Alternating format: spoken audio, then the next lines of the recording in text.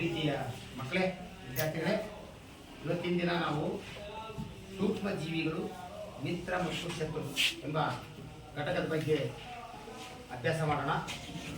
ಈಗ ನಿಮಗೆ ಈಗಾಗಲೇ ಗೊತ್ತಿದೆ ಎಲ್ಲದು ಸೂಕ್ಷ್ಮ ಜೀವಿಗಳು ಏನಿವು, ಇವುಗಳ ಬಗ್ಗೆ ಯಾಕೆ ತಿಳ್ಕೋಬೇಕು ಅನ್ನೋದು ವಿಷಯನ ನಾವು ಇವತ್ತು ಅಧ್ಯಯನ ಮಾಡೋಣ. ಹಾಗಾದ್ರೆ ಸೂಕ್ಷ್ಮ ಜೀವಿಗಳನ್ನ ಮೈಕ್ರೋ ಆರ್ಗ್ಯಾನಿಸಮ್ ಅಂತ ಕರೀತಾರೆ. ಏನು ಕರೀತಾರೆ?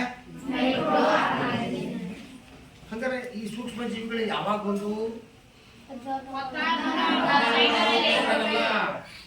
1665 ಇಸ್ವಿಯೊಳಗ ರಾಬರ್ಟ್ ಹುಕ್ ಅಂತ ಒಬ್ಬ ವಿಜ್ಞಾನಿ ಏನ್ ಮಾಡಿದ? ಸೂಕ್ಷ್ಮದರ್ಶಕ ಕಂಡಿಡ್ದ. ಏನ್ ಕಂಡಿಡ್ದ? 1665ರಲ್ಲಿ ರಾಬರ್ಟ್ ಹುಕ್ ಅಂತ ಒಬ್ಬ ವಿಜ್ಞಾನಿ ಏನ್ ಮಾಡ್ಕೊಂಡಿದ್ದ?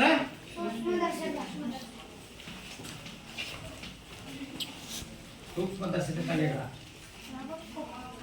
ರಾಬರ್ಟ್ ಹುಕ್ ಹೇಳಿ ನೋಡೋಣ. ಸೂಕ್ಷ್ಮದರ್ಶಕವನ್ನು ಕಂಡಿಡಿದ ವಿಜ್ಞಾನಿ ಯಾರು? Robert Hooke. ಹೌದಾ? ಅಂದ್ರೆ ಈ ಭೂಮಿ ಹುಟ್ಟಿ ಸುಮಾರು 4.6 ಬಿಲಿಯನ್ ವರ್ಷ ಆಯ್ತು. ಭೂಮಿ ಹುಟ್ಟಿ ಎಷ್ಟು ವರ್ಷ ಆಯ್ತು? 4 ಬಿಲಿಯನ್ ವರ್ಷ ಆಯ್ತು. ಭೂಮಿ ಹುಟ್ಟಿದಾಗ ಭೂಮಿ ಮೇಲೆ ಮೊಟ್ಟ ಮೊದಲು ಹುಟ್ಟಿರ್ತಕ್ಕಂಥ ಜೀವಿಗಳೇ ಸೂಕ್ಷ್ಮ ಜೀವಿ. ಇವು ಯಾಕೆ ಸೂಕ್ಷ್ಮ ಅಂತ ಕರೀತಾರೆ ಅಂದ್ರೆ ಇವು ಬರಿಗಣ್ಣಿಗೆ ಕಾಣಲ್ಲ. ಏನಾಗಲ್ಲ? ಬರಿಗಣ್ಣಿಗೆ ಕಾಣಲ್ಲ. ಹೌದಾ? ಹಂಗಾರೆ ಇವತ್ತಿನ ದಿನ ಅನೇಕ ನಿಮಗೆ ರೋಗಗಳು ಬರ್ತವೆ, ನಮಗೂ ಬರ್ತವೆ, ಎಲ್ಲರಿಗೂ ಬರ್ತವೆ. ಅವಕ್ಕೆಲ್ಲ ಕಾರಣ ಯಾರು?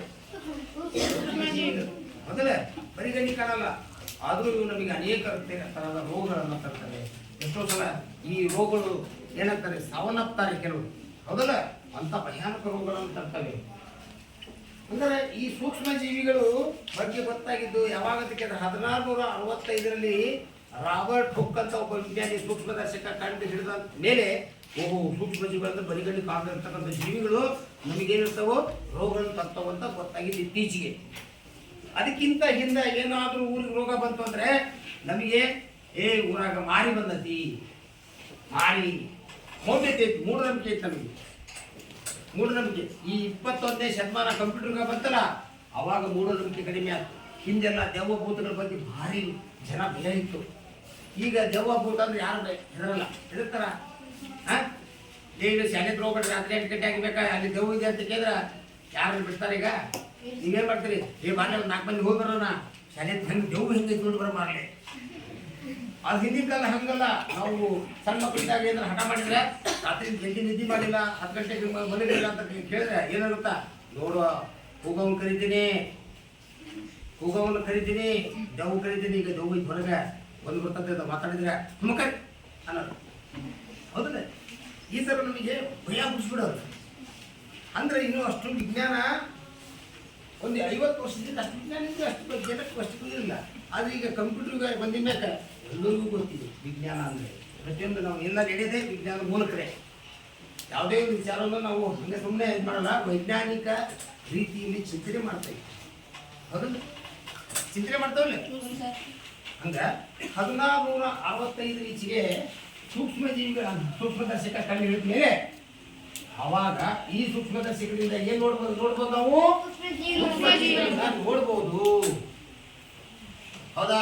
ಇವತ್ತು ಅನೇಕ ರೋಗಗಳು ಬರ್ತಾವಲ್ಲ, ಕಾಲರ, ಸಿಡುಬು, ಹೌದಾ, ಮಲೇರಿಯಾ, ಹೀಗೆ ಅನೇಕ ರೋಗಗಳು ಬರ್ತವೆ. ರೋಗಗಳ ಬಗ್ಗೆ ಯಾರು ಹೇಳ್ತೀರಾ? ರೋಗಗಳು ನೆಗಡಿ, ಕೆಮ್ಮು,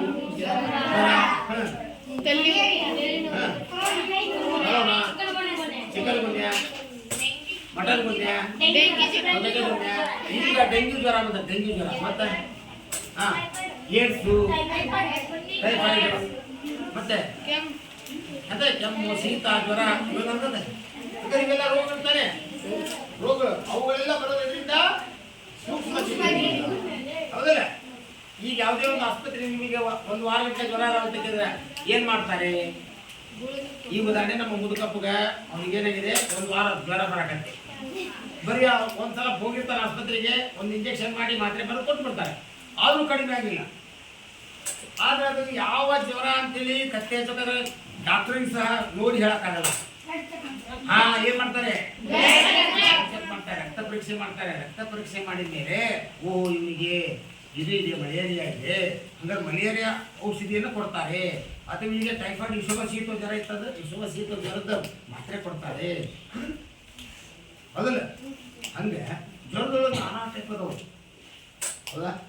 ಕೆಲವು ಭಾರಿ ಜ್ವರ ಬರ್ತವೆ, ಕೆಲವರು ಕಡಿಮೆ ಜ್ವರ ಬರ್ತವೆ. ಉದಾಹರಣೆ ಡೆಂಗಿ ಜ್ವರ ಬಂತಂದ್ರೆ ಹೆಂಗಪ್ಪ ಅಂತ ಕೇಳಿದ್ರೆ ದೇಹ ಎಷ್ಟು ಬಿಸಿ ಆಗುತ್ತೆ ಅಂದ್ರೆ 40 ಡಿಗ್ರಿ ಎಷ್ಟು ಬಿಸಿ ಆಗುತ್ತೆ. ನಮ್ಮ ದೇಹ 37 ಡಿಗ್ರಿ ಇರ್ತೈತಿ, 40-45 ಡಿಗ್ರಿ ಆಗುತ್ತೆ.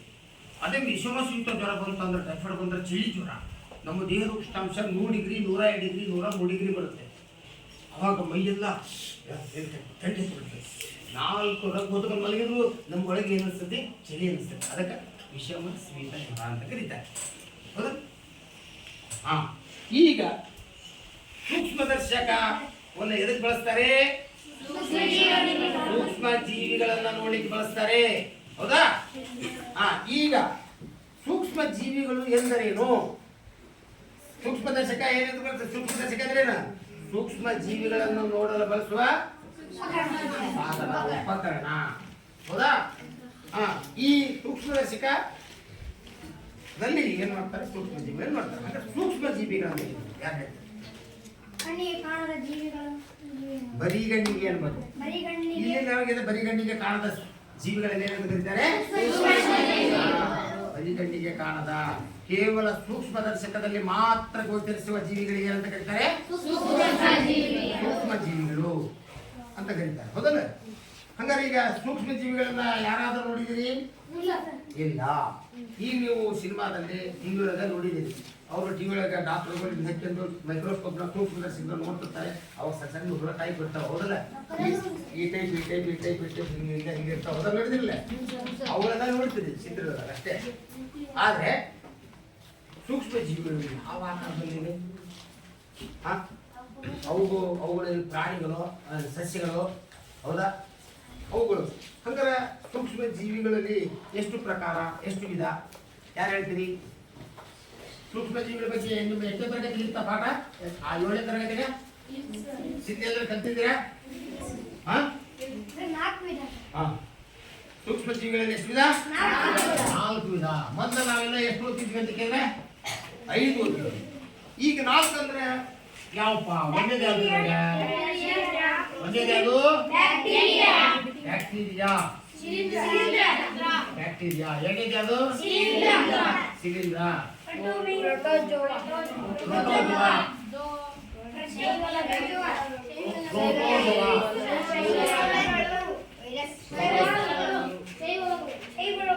ನಾಲ್ಕು ಶೈವಗಳು. ಈಗ ವೈರಸ್ಗಳು ಬಂದಿದೆ.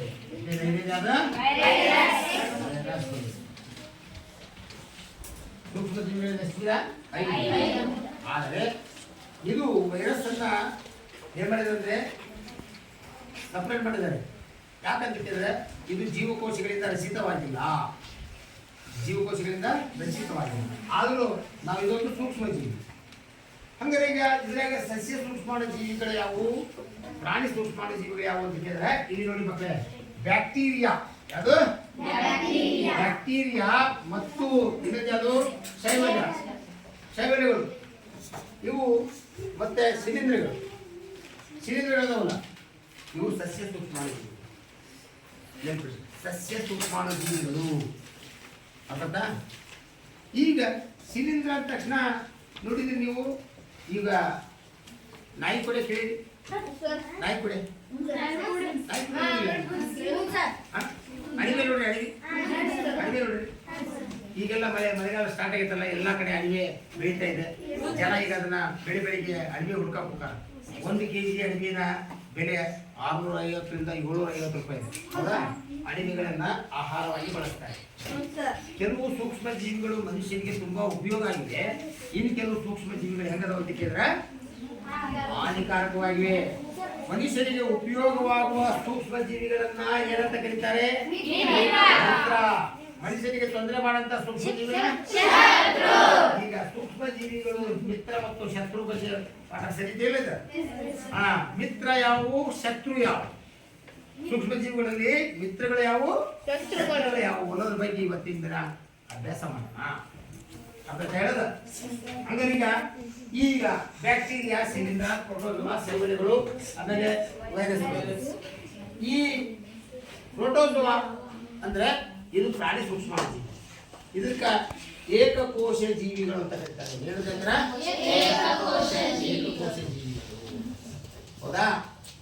ಹಂಗಲ್ಲ ಸರ್, ಇವುಗಳ ಆಕಾರ ಹೇಗಿರುತ್ತೆ, ಇವುಗಳ ಗಾತ್ರ ಏನು, ಇವು ಎಲ್ಲಿ ವಾಸ ಮಾಡ್ತವೆ, ಇವುಗಳ ಬಗ್ಗೆ ನಾವು ತಿಳ್ಕೊಂಡ ಇವು ನಮಗೆ ಏನು ರೀತಿ ತೊಂದರೆ ಮಾಡ್ತವೆ, ಹೇಗೆ ಹುಟ್ಟುತ್ತವೆ, ಹೇಗೆ ಸಾಯ್ತವೆ.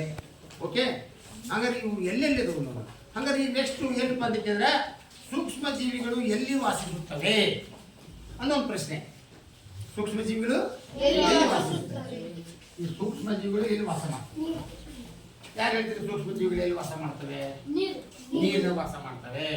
ಹಾಗಾದ್ರೆ ಮನುಷ್ಯನಿಗೆ ಪ್ರತಿಯೊಂದು ಜೀವಿಗೂ ವಾಸಕ್ಕೆ ಒಂದು ಜಾಗ ಇದೆ. ಹುಲಿಗಳು, ಸಿಂಹಗಳು ಎಲ್ಲಿ ವಾಸ ಮಾಡ್ತವೆ? ಕಾಡಿನಾಗ ವಾಸ ಮಾಡ್ತವೆ. ಇಲಿಗಳು, ಹೆಗ್ಗಡಗಳು ಎಲ್ಲಿ ವಾಸ ಮಾಡ್ತವೆ? ಬಿಲದಲ್ಲಿ. ಹಾವು, ಹೌದಾ? ಜೇಡ ಹೌದಲ್ಲ, ಬಳೆ ಹಾಕ್ಯಂತ ಅನ್ಕೊಂಡ್ರೆ ಕಳ್ಳೆ, ನೊಣ ಪ್ರತಿಯೊಂದು ಒಂದೊಂದು ಜಾಗದಲ್ಲಿ ವಾಸ ಮಾಡ್ತಾರೆ. ಹೌದಲ್ಲ? ನೋಡಿದ್ರಲ್ಲ? ಅಂದ್ರೆ ನೀವು ಕಣ್ಣಿಗೆ ಕಾಣಲಾದಂತ ಈ ಜೀವಿಗಳು, ಪ್ಲೀಸ್, ಕಣ್ಣಿಗೆ ಕಾಣಲ್ಲ ಎಂಥ ಜೀವಿಗಳು ಎಲ್ಲಿ ವಾಸ ಮಾಡ್ತವೆ? ಅವಕಾಶ ಜಾಗ ಬೇಕಲ್ಲ.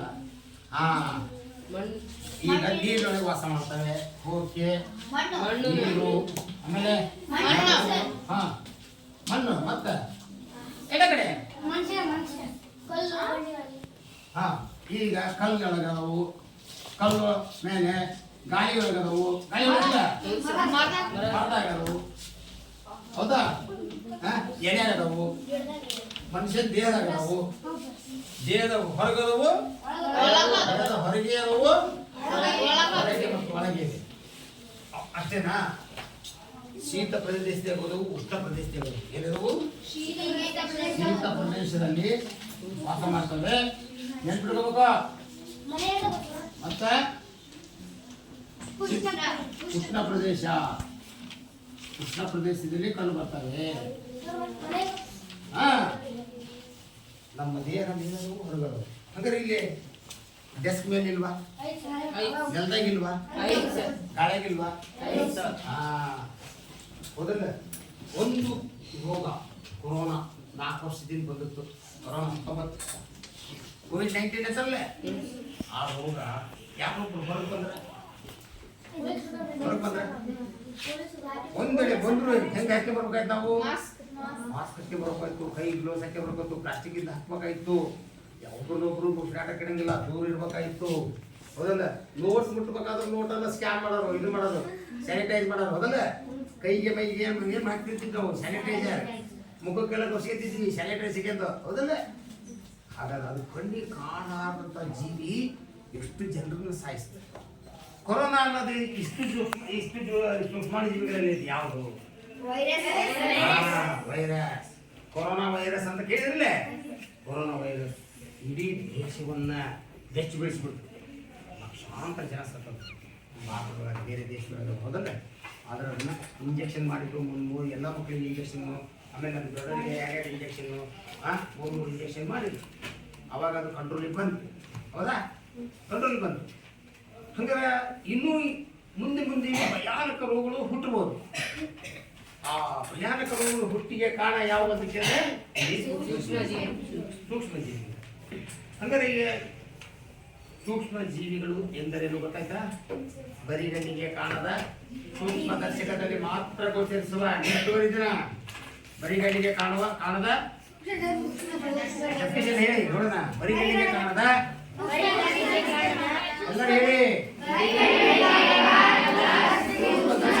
ಮಾತ್ರ ಗೋಚರಿಸುವ ಜೀವಿಗಳಿಗೆ ಸೂಕ್ಷ್ಮ ಜೀವಿಗಳು ಎನ್ನುತ್ತಾರೆ. ಅರ್ಥ ಆಯ್ತು ಮಕ್ಕಳೇ?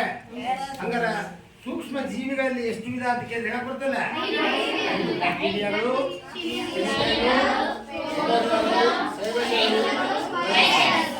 ಹಂಗಾರೆ ಈಗ ಸೂಕ್ಷ್ಮ ಜೀವಿಗಳು ಎಲ್ಲಿ ವಾಸಿಸುತ್ತವೆ?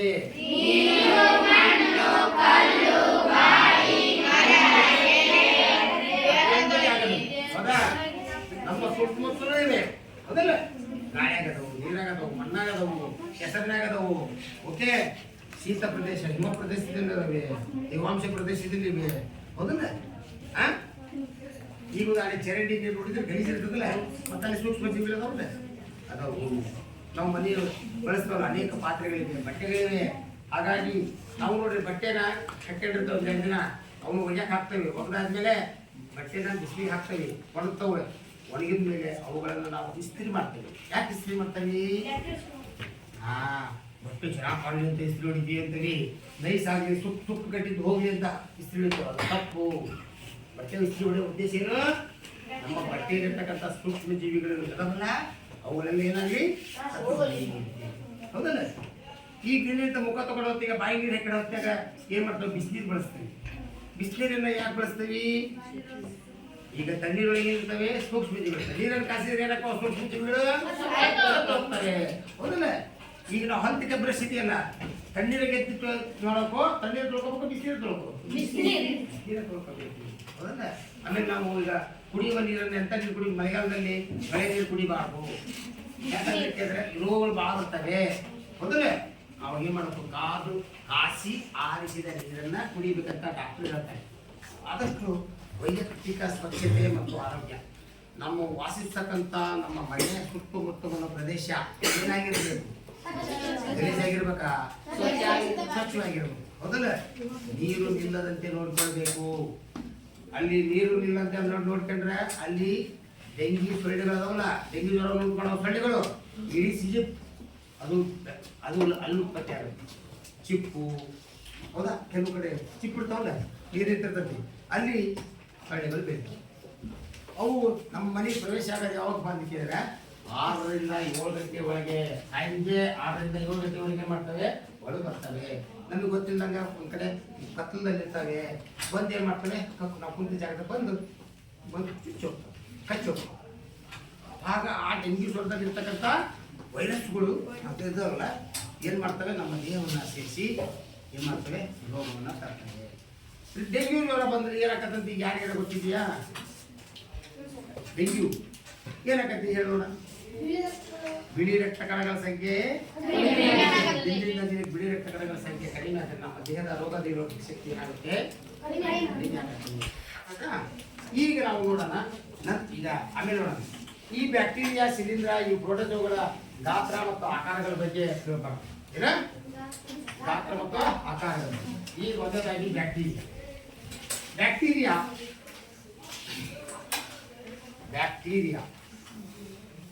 ಬ್ಯಾಕ್ಟೀರಿಯಾದ ವಿಧಗಳು 3. ಬ್ಯಾಕ್ಟೀರಿಯಾದ ವಿಧಗಳು 3. ಹಂಗಾರೆ ಬ್ಯಾಕ್ಟೀರಿಯಾ ಹೇಗಿರುತ್ತೆ ನೋಡಿ? 3 ಆಕಾರ. ಇದು ಯಾವ ಆಕಾರ? ವೃತ್ತಾಕಾರ. ಇದು ವೃತ್ತಾಕಾರಕ್ಕಿಂತ ದುಂಡಾಕಾರ ಅಂತದ ಆಕಾರ ಇರ್ತದೆ. ದುಂಡಿಗಿದೆಯಲ್ಲ ಬ್ಯಾಕ್ಟೀರಿಯಾ ಹೇಗಿದಾವು? ದುಂಡಿಗಿರ್ತಾವ, ಹೌದಾ? ದುಂಡಿಗಿರ್ತವೆ. ಈ ದುಂಡಾಕಾರ. ಇನ್ನು ಈ ತರ ನೋಡಿದ್ರಿ ಬ್ಯಾಕ್ಟೀರಿಯಾಗಳು, ಇವು ಯಾವ ಆಕಾರ? ದಂಡಾಕಾರ, ದುಂಡಾಕಾರ, ಕೆಲವು ಬ್ಯಾಕ್ಟೀರಿಯಾಗಳು ಈ ಆಕಾರ ಬರ್ತದೆ, ಈ ಕೆಲವು, ಹೌದಾ? ಈಗ ಇನ್ನೊಂದು ಬ್ಯಾಕ್ಟೀರಿಯಾ ಇದೆ, ಆತ ಈ ಆಕಾರದಲ್ಲಿದೆ.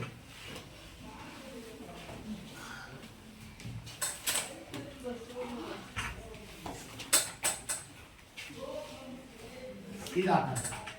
ಇದು ಯಾವ ಆಕಾರ? ಸ್ಪೈರಲ್, ಸುರುಳಿ ಆಕಾರ. ಯಾವ ಆಕಾರ? ಬ್ಯಾಕ್ಟೀರಿಯಾಗಳು. ಈ 3 ಥರದ ಬ್ಯಾಕ್ಟೀರಿಯಾಗಳಿವೆ. ಈ 3 ಥರದ ಬ್ಯಾಕ್ಟೀರಿಯಾಗಳು 100 ಥರದ ರೋಗಗಳನ್ನು ತರ್ತವೆ. ಆದರೆ ಇವೇ ಬ್ಯಾಕ್ಟೀರಿಯಾಗಳು ಮನುಷ್ಯನಿಗೆ ಕೆಲವು ಬ್ಯಾಕ್ಟೀರಿಯಾಗಳು ಏನಾಗಿವೆ? ಕೆಲವರಿಗೆ ಶತ್ರುವಾಗಿವೆ. ಅಂದರೆ ಈಗ ನಾವು ಕಂಪ್ಲೀಟ್ ಆಗಿ ಹೋಗ್ತಾರೆ. ಈಗ ಬ್ಯಾಕ್ಟೀರಿಯಾ ಬಗ್ಗೆ ನೋಡ್ಕೊಂಡೋಣ. ಬ್ಯಾಕ್ಟೀರಿಯಾಗಳು ನಮಗೆ ಯಾವ ಬ್ಯಾಕ್ಟೀರಿಯಾಗಳು ಉಪಯುಕ್ತವಾಗಿವೆ, ಮನುಷ್ಯನಿಗೆ ಮಿತ್ರವಾಗಿವೆ, ಯಾವ ಬ್ಯಾಕ್ಟೀರಿಯಾಗಳು ಶತ್ರುವಾಗಿವೆ? ಯಾರಾದರೂ ಹೇಳ್ತೀರಿ? ಬ್ಯಾಕ್ಟೀರಿಯಾಗಳು ಮಿತ್ರ ಅನ್ನಕ್ಕೆ ಯಾರು ಹೇಳ್ತೀರಿ? ಅಂದರೆ ಈ ಬ್ಯಾಕ್ಟೀರಿಯಾಗಳು ಸೂಕ್ಷ್ಮದರ್ಶಕದಲ್ಲಿ ಈ ಥರ ಕಾಣ್ತವೆ. ಇವುಗಳ ಗಾತ್ರವನ್ನು ಎಲ್ಲಿಂದ ಹೇಳ್ತಾರೆ? ಸೈಜು ಕಡಿಕಾರಲ್ಲ, ಏನು ಬಿಡುಗಡೆ ಮೈಕ್ರಾನ್ ಗಾತ್ರದಿಂದ ಹೇಳ್ತಾರೆ. ಇದೇನಿದೆ? ಮ್ಯೂ ಅಂತಾರೆ. ಏನಂತಾರೆ? ಮ್ಯೂ. ಇದನ್ನು ಮೈಕ್ರಾನ್, ಮೈಕ್ರಾನ್, ಮೈಕ್ರಾನ್, ಮೈಕ್ರಾನ್. ಏನು ಬಿಡುಗಡೆ ಏನಂತಾರೆ? ಇದಕ್ಕೆ ಮೈಕ್ರಾನ್ ಅಂತ. 1 ಮೈಕ್ರಾನ್ ಎಂದರೆ 1,000ದಾಗ 1 ಭಾಗ ಮಿಲಿಮೀಟರ್. ಏನು 1,001 ಮಿಲಿಮೀಟರ್ ಅಂದ್ರೆ ಬ್ಯಾಕ್ಟೀರಿಯಾಗಳು 0.01 ಮೈಕ್ರಾನ್ ಗಾತ್ರದಿಂದ 0.1 ಮೈಕ್ರಾನ್ ಗಾತ್ರವನ್ನು ಹೊಂದಿದೆ. ನೋಡಿ ಎಷ್ಟು ಚಿಕ್ಕ ಉದಾಹರಣೆ, ನಾನಿಲ್ಲಿ ಒಂದು ಚುಕ್ಕಿ ಬೆಳೆ, ಚುಕ್ಕಿ ಕಾಣ್ತಾ ಇದೆ, ಇದ್ರಾಗ ಸುಮಾರು ಎಷ್ಟು ಬ್ಯಾಕ್ಟೀರಿಯಾಗಳು ಇರಬಹುದು ಅಂತ. ಹೌದಾ? 1,000. ಈಗ ನಾನು ಇಷ್ಟೊಂದು ಗೋಲಿ ಬರ್ತದೆ ದುಂಡಲ್ಲಿ, ಇದ್ರಾಗ ಎಷ್ಟು ಬ್ಯಾಕ್ಟೀರಿಯಾಗಳು ಇರ್ಬೋದು? ಲಕ್ಷಾಂತರ. ಹಂಗಾದ್ರೆ ಈ ಸೈಜಿಂದ್ರಾಗ ಹೌದಲ್ಲ, ಹಂಗಾರೆ ನನ್ನ ದೇಹದ ಮೇಲೆ ಒಳಗು ಮತ್ತು ಹೊರಗ ಲಕ್ಷಾಂತರ ಸೂಕ್ಷ್ಮ ಜೀವಿಗಳು ಇರ್ಬೋದೇ? ಹೌದಾ? ಈಗ ನೀವೆಲ್ಲ ಶಾಲೆ ಬರೋ ಮಕ್ಕಳು, ಹೌದಾ? ಈಗ ನೀವು ಏನು ಮಾಡ್ತೀರಿ ಅಂದರೆ ಶಾಲೆ ಬಂದಿರ್ತೀರಿ, ಎಲ್ಲರೂ ಇಲ್ಲೇ ಪುಸ್ತಕ ಮಾಡಿರ್ತೀರಿ, ಬರೀತೀರಿ, ಗೆಸ್ ಕಟ್ ಮಾಡ್ತೀರಿ, ಹೊರಗಡೆ ಹೋಗಿರ್ತೀರಿ, ಎಲ್ಲ ಮಾಡ್ತೀರಿ. ಊಟಕ್ಕೆ ಬೆಲ್ ಹೊಡ್ತೀರಿ, ಊಟಕ್ಕೆ ಬೆಲ್ ಹೊಡೆದಾಗ ನೀವು ಫಸ್ಟ್ ಏನು ಮಾಡ್ತೀರಿ? ಫಸ್ಟ್ ಕೈಯನ್ನ ಕ್ಲೀನಾಗಿ ತೊಳ್ಕೊಂತೀವಿ. ಕೈ ತೊಗೊಳೋದಂದ್ರೆ ಹಾಗಾಗಿ ನಲ್ಲಿಗೆ ಹೋಗಿ ಹಿಂಗೆ ತೊಗೊಳೋದಲ್ಲ. ಕೈ ತೊಗೊಳೋದು ಹೆಂಗೆ? ನೀರು ಹಾಕಿರ್ತೀವಿ, ಒಂದ್ಸಲ ಹಿಂಗೆ ತೊಗೊಂತೀರಿ, ಆಮೇಲೆ ಹಿಂಗೆ ತೊಗೋಬೇಕು, ಆಮೇಲೆ ಹಿಂಗೆ ತೊಗೋಬೇಕು, ಆಮೇಲೆ ಹಿಂಗೆ ತೊಗೋಬೇಕು, ಆಮೇಲೆ ಹಿಂಗೆ ತೊಗೋಬೇಕು, ಹಿಂಗೆಲ್ಲ ಮಾಡಬೇಕು. ಇಲ್ಲೆಲ್ಲ ಇದೆಲ್ಲ ಕ್ಲೀನ್ ಐತಿ, ಹಿಂಗೆ ಎಲ್ಲ ಕ್ಲೀನ್ ತೊಳಬೇಕು. ಅದು ವಿಧಾನ ಇದೆ, ಹೌದಾ? ಇಲ್ಲಿ ಸಂಜೆ ಸ್ವಚ್ಛಗೆ ಇರ್ತಾವೆ, ಇಲ್ಲಿ ಮೇಲೆ ಚರ್ಮದಾಗ ಇರ್ತಾವೆ, ಇಲ್ಲಿ ಇರ್ತಾವೆ. ಆಮೇಲೆ ಉಗುರು, ಈ ಥರ ಉಗುರು ವಾರಕ್ಕೊಮ್ಮೆ ಕ್ಲೀನಾಗಿ ಕಟ್ ಮಾಡ್ತಾ ಇರ್ಬೇಕು. ಈ ಥರನೇ ಕ್ಲೀನ್ ಮಾಡ್ಬೇಕು ದಿನ ಊಟ ಮಾಡೋದು. ಇದ್ರೆ 1 ನಿಮಿಷ ಊಟ ಮಾಡೋಕ್ಕಿಂತ ಬಂದ ಈ ಥರ ಮಾಡಿ ನಂತರ ತಟ್ಟೆನ ಕ್ಲೀನಾಗಿ ತೊಳ್ಕೊಂಡು ಮತ್ತೊಮ್ಮೆ ಊಟ ಹೌದಲ್ಲ? ಇದು ಪದ್ಧತಿ. ಇಷ್ಟೆಲ್ಲ ಯಾಕೆ ಮಾಡೋದ್ರಿಂದ ನಾವು ರೋಗದಿಂದ ದೂರ ಇರಬಹುದು. ಹೌದಾ? ಊಟ ಬಲ್ಲವನಿಗೆ ಏನಿಲ್ಲ, ಮಾತು ಬಲ್ಲವನಿಗೆ ಗೊತ್ತೈತಿಲ್ಲ. ಸರಿಯಾಗಿ ಊಟ ಮಾಡುವಂಥ ಕ್ರಮ ನಮಗೆ ಗೊತ್ತಿತ್ತಂದ್ರೆ ಆದಷ್ಟು ಸಾಕಷ್ಟು ರೋಗಗಳನ್ನ ದೂರ ಮಾಡಬೇಕು. ಹಾಗಾದ್ರೆ ಈಗ ಬ್ಯಾಕ್ಟೀರಿಯಾಗಳು ನಮಗೆ ಮಿತ್ರ ಅಂತ ನಾನು ಹೇಳ್ತೀನಿ, ಇನ್ನು ಕೆಲವರು ಶತ್ರು ಅಂತ ವಾದ ಮಾಡ್ತಾರೆ. ಹಾಗಾದ್ರೆ ಮಿತ್ರ ಅನ್ನೋದು ನಮಗೆ ಉಪಯೋಗ ಆದವನು ಮಿತ್ರ. ಇವ ನನ್ನ ಗೆಳೆಯ, ನಿಮ್ಮ ಗೆಳೆಯ ಅನ್ಕ, ಇವೇನಾರು ನಿನ್ನ ಜೊತೆಗೆ ಏನಾರು ತಿನ್ನಕ್ಕೆ ಕೊಟ್ಟ, ನೀನು ಅವನಿಗೆ ಏನಾರು ತಿನ್ನಕ್ಕೆ ಕೊಟ್ಟು, ಅವಾಗ ಅವನಿಗೆ ಏನಾಕನ ಮಿತ್ರ ಹಾಕನ. ಮನೆಯಿಂದ ಏನೋ ಮಾಡಿದ್ರೆ ಬಾರ್ಲೆ ಮನೆಗೆ ಹೋಗೋಣ, ನಮ್ಮ ಮನೆಗೆ ಹೋಗ್ತಾರೆ, ಫಂಕ್ಷನ್ ಇದೆ, ಹೋಗಿ ಊಟ ಮಾಡಿಕೆ ಬರೋಣ ಅಂತ ಇವಾಗ ಕರೀತಾರೆ. ನೀನು ಅವಾಗ ಏನು ಮಾಡ್ತೀಯ? ನೀನು ಒಂದ್ಸಲ ಕರೀತೀಯ, ನಮ್ಮ ಮನೆಗೆ ಒಂದು ಫಂಕ್ಷನ್ ಇದೆ, ಬಾಯಿ ಹೊತ್ತು ಹೋಗೋಣ, ಹೌದಲ್ಲ? ಅವಾಗ ಅವರ ಫ್ರೆಂಡ್ಶಿಪ್ ಏನಾಗತ್ತೆ ಹೆಚ್ಚ. ಅವಾಗ ಅದು ಮಿತ್ರ ಅವ್ರಿಬ್ಬರ ನಡುವೆ ಬೆಳಿತೈತಿ, ಮಿತ್ರತನ ಹೇಳ್ತೈತಿ, ಹೌದಲ್ಲ? ಇವ್ನ ಕಂಡ್ರೆ ಅವ್ನಿಗೆ ಆಗಲ್ಲ, ಅವ್ನ ಕಂಡ್ರೆ ಇವ್ನಿಗೆ ಆಗಲ್ಲ, ಹೌದಲ್ಲ? ಒಬ್ರಿಗೊಬ್ರು ಹೋಗ ಹಣ್ಣು ಬಸಿತಾರೆ, ಹೌದಲ್ಲ? ಗೊತ್ತಾಗ್ತಾ? ಹೋಗ್ಕೊಂಡು ಇವ್ನಿಗೆ ಆಗಲ್ಲ, ಇವ್ನ ಕಂಡ್ರೆ ಆಗಲ್ಲ ಅಂದ್ರೆ ಅವನೇನು ಶತ್ರು. ಹಂಗಾರೆ ಇಲ್ಲೇ ನಿಮಗೆ ಇಲ್ಲೇ ಗೊತ್ತಿದೆ, ಇಷ್ಟು ಗೆಳೆಯದಲ್ಲಿ ಮಿತ್ರರದ್ರಿ, ಶತ್ರುಗಳದ್ರಿ. ಹಂಗಾರೆ ಇಲ್ಲಿ ಯಾರಾಗಲ್ಲ, ನಿಮ್ಗೆ ಯಾರು ಕಂಡ್ರೆ ಆಗಲ್ಲ. ಕರೆಕ್ಟ್ ಇದೆ, ಅವನ ಕಂಡ್ರೆ ಆಗಲ್ಲ, ಹೌದಲ್ಲ? ಯಾಕ ಅವನ ಕಂಡ್ರೆ ಯಾಕಾಗಲ್ಲ? ಜಗಳ ಆಗೈತಿ, ಯಾವ ವಿಚಾರವಾಗಿ? ಹೌದಲ್ಲ? ನಿನಗೆ ಅವನ ಕಂಡ್ರೆ ನಿನಗೆ ಆಗಲ್ಲ, ಹೌದಲ್ಲ? ಇವು ಹಿಂಗೆ ಮಾಡ್ಕೊಂಡು ಸಾಯೋರ್ಗು ಇದೇ ಇದ್ರು ಕೊನೆ ತಕ್ಕದ ಶತ್ರುಗಳಾಗಿರ್ತಾರೆ. ಒಬ್ಬರು ಕಂಡ್ರೆ ಅವ್ರಿಗೆ ಆಗಲ್ಲ, ಹೌದಾ? ನಿನಗೆ ಯಾರು ಇಷ್ಟ ಗೆಳೆಯರು? ನೀನು ತುಂಬ ಇಷ್ಟ ಇರೋದು ಯಾರು? ಒಬ್ಬರು ಇದ್ದೇ ಇರ್ತಾನಲ್ಲ, ಯಾರು? ರಾಹುಲ್ ಯಾರಪ್ಪ? ಯಾರು ರಾಹುಲ್? ರಾಹುಲ್ ಕಂಡ್ರೆ ಇಷ್ಟ, ಅವನದೊಂದು ಭಾಳ ಒಳ್ಳೆ ಫ್ರೆಂಡ್ಸ್. ಅಂದರೆ ಇಲ್ಲಿ ಮಿತ್ರನಾದನ ಶತ್ರುನಾದನ. ಅಂದ್ರೆ ನಮ್ಮ ಸೂಕ್ಷ್ಮ ಜೀವಿಗಳಲ್ಲಿ ನಾನು ಬಿಡಿ ಬ್ಯಾಕ್ಟೀರಿಯಾಗಳಿಗೆ ಕೇಳಕತ್ತೇನೆ. ಸೂಕ್ಷ್ಮ ಜೀವಿಗಳಲ್ಲಿ ಬ್ಯಾಕ್ಟೀರಿಯಾಗಳಲ್ಲಿ ಮಿತ್ರ ಯಾವುವು, ಶತ್ರು ಯಾವುವು? ಯಾರು ಹೇಳ್ತೇನೆ? ಈಗ ನಾನು ಒಂದು ಹೇಳ್ತೀನಿ, ಕ್ಲೀನ್ ಇರ್ತೇನೆ. ಹಾಲು ಕೇಳಿ, ಹಾಲು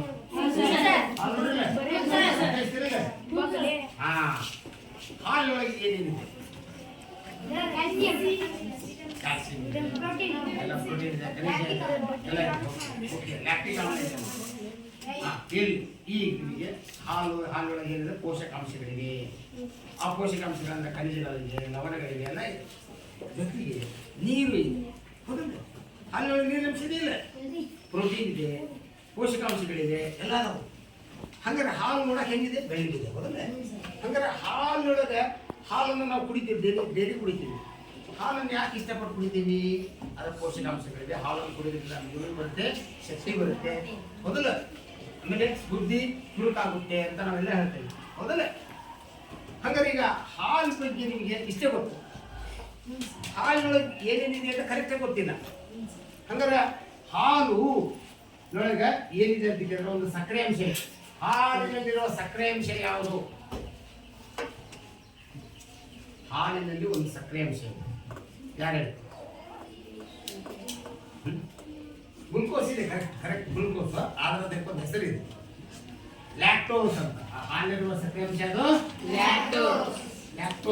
ಗೊತ್ತಿದ್ದಲ್ಲ, ನೆನ್ಪಿಡಿ. ಹಾಲಿನಲ್ಲಿರುವ ಸಿಹಿ ಅಂಶ ಯಾವುದು, ಸಕ್ಕರೆ ಅಂಶ ಯಾವುದು ಕೇಳಿ ನೆನ್ಪಿಡಿ. ಯಾವುದು? ಲ್ಯಾಕ್ಟೋಸ್. ಲ್ಯಾಕ್ಟೋಸ್ ಎಂಬ ಸಕ್ಕರೆ ಅಂಶ ಇದೆ, ಹೌದಲ್ಲ?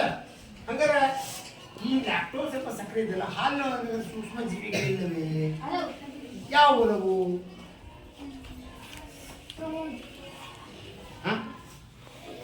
ಇಲ್ಲಿ ನೋಡಿ, ಇಂಗ್ಲಿಷ್ನಾಗ ದುಂಡಾಕಾರ ಕಾಕಸ್ ಬ್ಯಾಕ್ಟೀರಿಯಾ ಅಂತಾರೆ. ಇಂಗ್ಲಿಷ್ನಾಗ ನೋಡಿ ಕಾಕಸ್ ಬ್ಯಾಕ್ಟೀರಿಯಾ. ಇದು ಬೆಸಿಲಸ್ ಬ್ಯಾಕ್ಟೀರಿಯಾ. ಇದು ಸ್ಪೈರಲಂ ಬ್ಯಾಕ್ಟೀರಿಯಾ. ಗೊತ್ತಾ?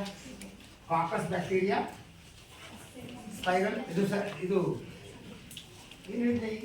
ಕಾಕಸ್ ಬ್ಯಾಕ್ಟೀರಿಯಾ, ಬೆಸಿಲಸ್ ಬ್ಯಾಕ್ಟೀರಿಯಾ, ಇದು ಸ್ಪಿರಿಲಂ ಬ್ಯಾಕ್ಟೀರಿಯಾ. ಮೂರು ಥರದ್ದು, ಹೌದಾ? ಕನ್ನಡ ಇದು ನೋಡಿ, ಕನ್ನಡ ಹೇಳ್ಬೇಕಾದ್ರೆ ದುಂಡಾಕಾರ, ದಂಡಾಕಾರ, ಸೂರ್ಯ, ಮೂರು ಆಕಾರ. ಗೊತ್ತಲ್ಲ? ಬ್ಯಾಕ್ಟೀರಿಯಾಗಳ ಆಕಾರ ಎಷ್ಟು? ಮೂರು. ಬ್ಯಾಕ್ಟೀರಿಯಾಗಳ ಅಂದ್ರೆ ಸೂಕ್ಷ್ಮ ಜೀವಿಗಳ ಗಾತ್ರವನ್ನು ಎದರಿಂದ ಹೇಳ್ತಾರೆ? ಮೈಕ್ರಾನ್ ಇಂದ. ಅರ್ಥ ಆಯ್ತಾ? ಈಗ ಲ್ಯಾಕ್ಟೋಸ್ ಎಂಬ ಸಕ್ಕರೆ ಅಂಶ ಇದೆ ಹಾಲೊಳಗೆ. ಇದ್ರಾಗ ಒಂದು ಬ್ಯಾಕ್ಟೀರಿಯಾ ಇದೆ. ಯಾವ ಬ್ಯಾಕ್ಟೀರಿಯಾ? ಇನ್ನೊಂದು ಹೆಸರು ನೋಡಿರೋದು ಲ್ಯಾಕ್ಟೋಬೆಸಿಲಸ್ ಬ್ಯಾಕ್ಟೀರಿಯಾ. ಬೆಂಗಳೂರಿನ ಲ್ಯಾಕ್ಟೋಬೆಸಿಲಸ್ ಎಂಬ ಬ್ಯಾಕ್ಟೀರಿಯಾ ಹಾಲಿನಲ್ಲಿದೆ. ಅರ್ಥದ? ಲ್ಯಾಕ್ಟೋಬೆಸಿಲಸ್ ಎಂಬ ಬ್ಯಾಕ್ಟೀರಿಯಾ ಇದೆಯಲ್ಲ, ಹೌದಾ? ಇದೇನಾದ್ರು ನಮಗೆ ತೊಂದರೆ ಮಾಡುತ್ತಾ? ಇಲ್ಲ. ಹಾಗಾದ್ರೆ ಈಗ ಹಾಲು ತಗೊಂಬಂದವಿ, ಹಿಂಗೆ ಬಂದವಿ, ನಂತರ ಅದನ್ನ ಹಿಟ್ಟಿಗೆ ಬಂದಿದ ಮ್ಯಾಗ ಏನ್ ಮಾಡ್ತೀವಿ? ಯಾಕೆ ಹಾಸ್ಬೇಕು?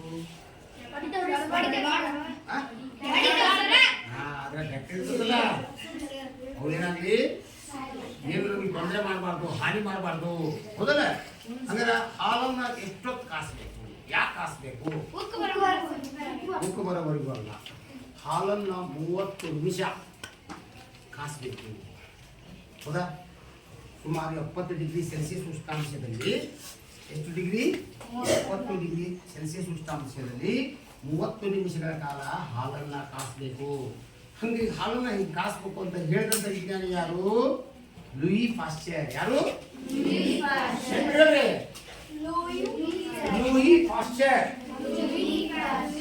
Louis Pasteur.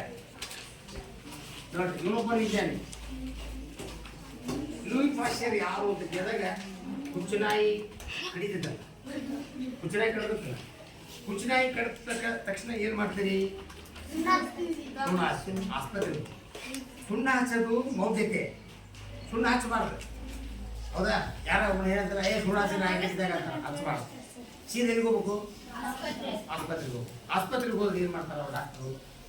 ಯಾರು ನಾಯಿ ಕಚ್ಚಿಸಿದ್ರೆ ನಾಯಿ ಕಚ್ಚಿಸಿದ್ರೆ ಏನ್ ಮಾಡಿಸ್ಕೊಂಡಿಪ್ಪ? ಆಸ್ಪತ್ರೆಗೆ ಹೋಗಿ ಇಲ್ಲಿ ಕಡ್ದು ಏನ್ ಮಾಡಿಸ್ಕೊಂಡಿಲ್ಲ, ಆಸ್ಪತ್ರೆಗೆ ಹೋಗಿಲ್ಲ, ಸೂಜಿ ಮಾಡಿದ್ರೆ ಏನ್ ಮಾಡಿದ್ರಿ? ಎಲ್ಲಿ ಮಾಡಿದ್ರಮ್ಮ? ಕೈ ಮಾಡಿ. ಎಲ್ಲಿ ನೀಗ ಹೋಗಿದ್ದಲ್ವಾ ಆಸ್ಪತ್ರೆಗೆ? ಸಲ್ಮಾನ್ ನೀನೇ ಹೇಳ. ಕಾಲಿ ಕಡೋದು ಆಲ್ಮೋಸ್ಟ್ ಆಲ್ ಸಾಮಾನ್ಯ ನಾಯಿ ಕಡಿದ್ರೆ, ನಾಯಿಗೆ ನಾವು ಮನೆಯಾಗ ಒಂದು ನಾಯಿ ಸಾಕ್ಕೊಂಡ್ರೆ ಅದಕ್ಕೆ ಒಂದು ಇಂಜೆಕ್ಷನ್ ಮಾಡಿಸ್ಬೇಕು, ಹುಚ್ಚು ಹಿಡಿಬಾರ್ದು ಅದಕ್ಕೆ. ಯಾಕಂದ್ರೆ ನಾಯಿಗಳು ಮೂಳೆಗಳನ್ನು ತಿನ್ನುತ್ತವೆ. ಆ ಮೂಳೆಗಳ ಮೇಲೆ ವೈರಸ್ಗಳು ಇರ್ತವೆ. ಆ ವೈರಸ್ಗಳು ಬಾಯಿ ಒಳಗಿರ್ತಾವ. ನಾಯಿ ಒಳಗೆ ಬಹಳ ಜನ ಶ್ರೀಮಂತರು ಮನೆಯೊಳಗೆ ನಾಯಿಯನ್ನ ಸಾಕ್ತಾರೆ. ಅವನು ಸ್ನಾನ ಮಾಡಿಸ್ತಾರ.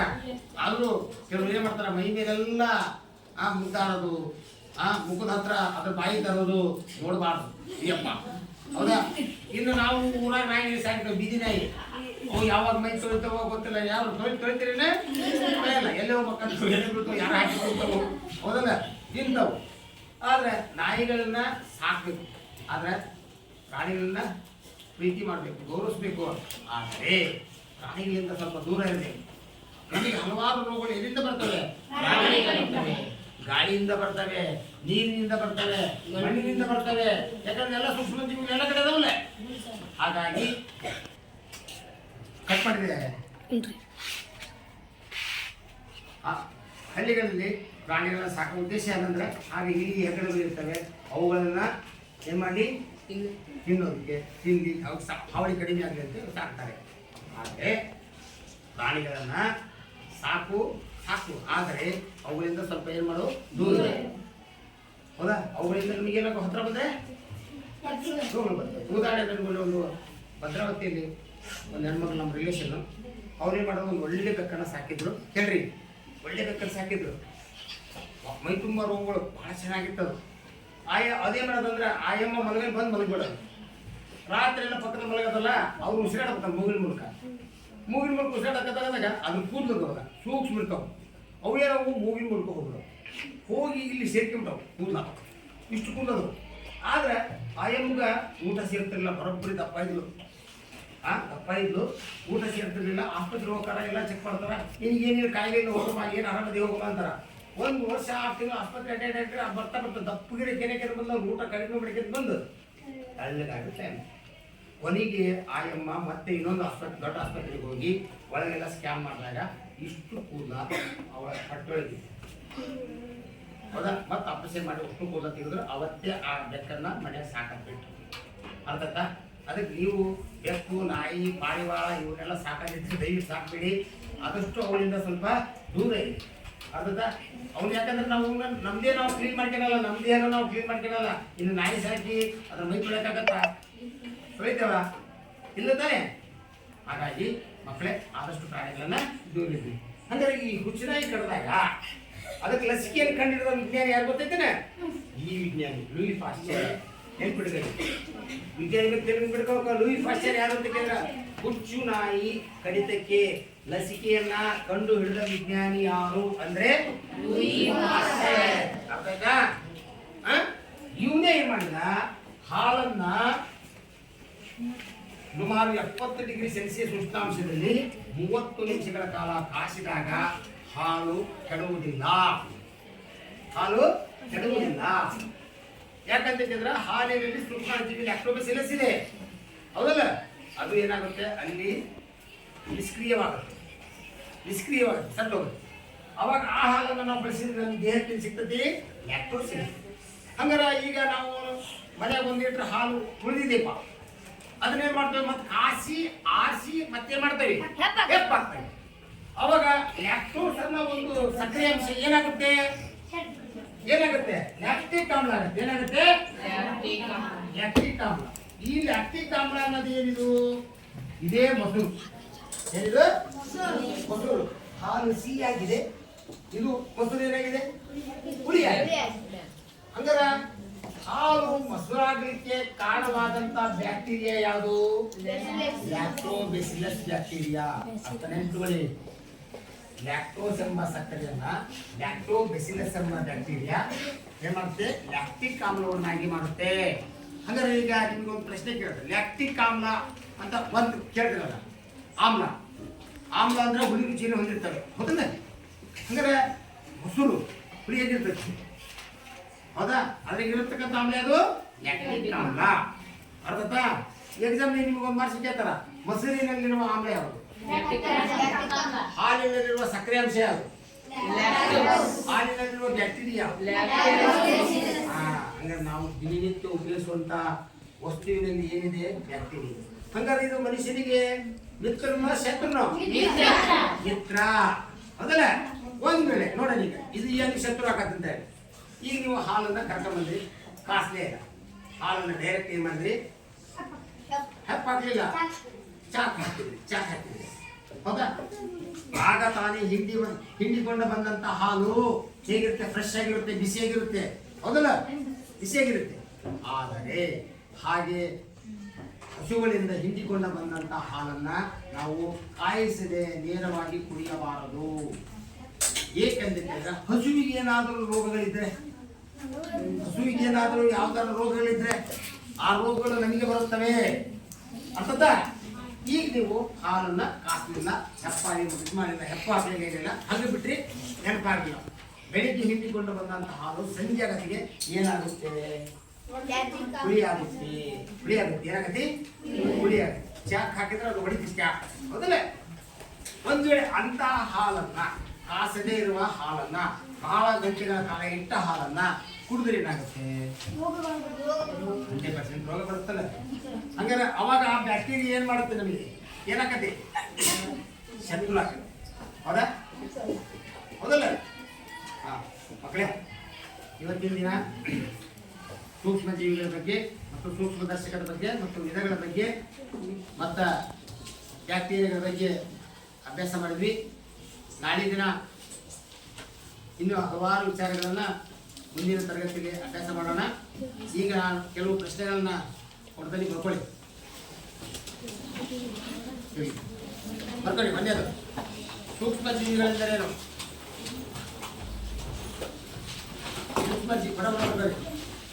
ಸೂಕ್ಷ್ಮ ಜೀವಿಗಳೆಂದರೇನು?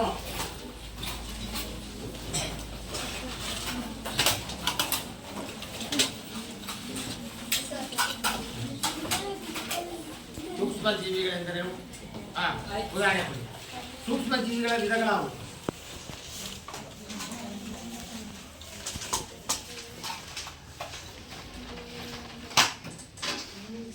ಸೂಕ್ಷ್ಮ ಜೀವಿಗಳೆಂದರೇನು? ಉದಾಹರಣೆ ಕೊಡಿ. ಸೂಕ್ಷ್ಮ ಜೀವಿಗಳ ವಿಧಗಳನ್ನು ತಿಳಿಸಿ. ಸೂಕ್ಷ್ಮ ಜೀವಿಗಳ ವಿಧಗಳನ್ನು ತಿಳಿಸಿ. ಏನೇ ಪ್ರಶ್ನೆ? ಆಯ್ತು, ಬರಬೇಕು. ಸೂಕ್ಷ್ಮ ಜೀವಿಗಳ ವಿಧಗಳನ್ನು ತಿಳಿಸಿ. ಮೂರನೇ ಪ್ರಶ್ನೆ. ಸೂಕ್ಷ್ಮದರ್ಶಕ ಎಂದರೇನು? ಸೂಕ್ಷ್ಮದರ್ಶಕ ಎಂದರೇನು? ಸೂಕ್ಷ್ಮದರ್ಶಕ ಎಂದರೇನು? ಸೂಕ್ಷ್ಮದರ್ಶಕ ಎಂದರೇನು? ಅದ್ರಾಗಣ ಇದೊಂದು ಕಂಡುಹಿಡಿದವರು ಯಾರು? ಕಂಡುಹಿಡಿದ ವಿಜ್ಞಾನಿ ಯಾರು? ಸೂಕ್ಷ್ಮದರ್ಶಕ ಅನ್ನು ಕಂಡುಹಿಡಿದ ವಿಜ್ಞಾನಿ ಯಾರು? ಸೂಕ್ಷ್ಮದರ್ಶಕವನ್ನು ಕಂಡುಹಿಡಿದ ವಿಜ್ಞಾನಿ ಯಾರು?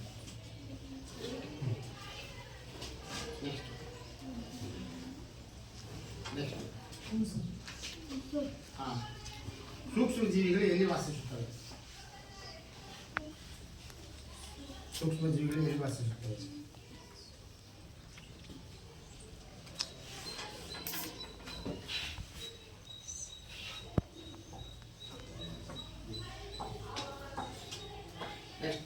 ಹಾಲಿನಲ್ಲಿರುವ ಸೂಕ್ಷ್ಮಾಣು ಜೀವಿ ಯಾವುದು? ನೆಕ್ಸ್ಟ್ ಪ್ರಶ್ನೆ. ಹಾಲಿನಲ್ಲಿರುವ ಸೂಕ್ಷ್ಮಾಣು ಜೀವಿ ಯಾವುದು? ಅರ್ಥ? ಏನು ಪ್ರಶ್ನೆ ಅರ್ಥ ಇದೆಯಲ್ಲ? ತಿಳಿದಿಲ್ಲ? ಅಷ್ಟು ಪ್ರಶ್ನೆ ಅರ್ಥ ಆಗ್ಯವಾ? ಬರ್ಕೊಂಬರ್ತೀರಿ? ನಾಳೆ ಬರ್ಕೊಂಬರ್ರಿ. ಸೂಕ್ಷ್ಮಾಣು ಜೀವಿ ಯಾವುದು? ಹಾಲಿನಲ್ಲಿರುವ ಸೂಕ್ಷ್ಮಾಣು ಜೀವಿ ಯಾವುದು? ಓಕೆ, ಬರೀತಿರಲ್ಲ? ಮುಂದೆ ಉಳಿದ ವಿಷಯವನ್ನು ಮುಂದಿನ ತರಗತಿಯಲ್ಲಿ ಅಭ್ಯಾಸ ಮಾಡೋಣ.